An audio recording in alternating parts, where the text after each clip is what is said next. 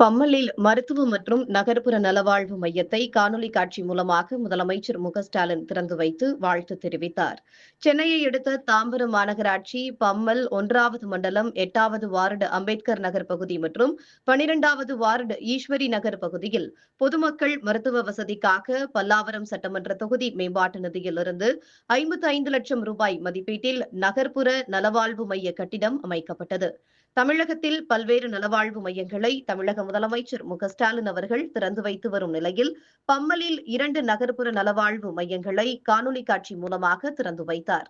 இதனை சட்டமன்ற உறுப்பினர் கருணாநிதி, மண்டல குழு தலைவர் கருணாநிதி, தகவல் தொழில்நுட்ப பிரிவு துணை செயலாளர் தமிழ்மாறன் கலந்து கொண்டு முதலமைச்சருக்கு நன்றி தெரிவித்து புதிய நகர்ப்புற நலவாழ்வு மையத்தை பார்வையிட்டனர்.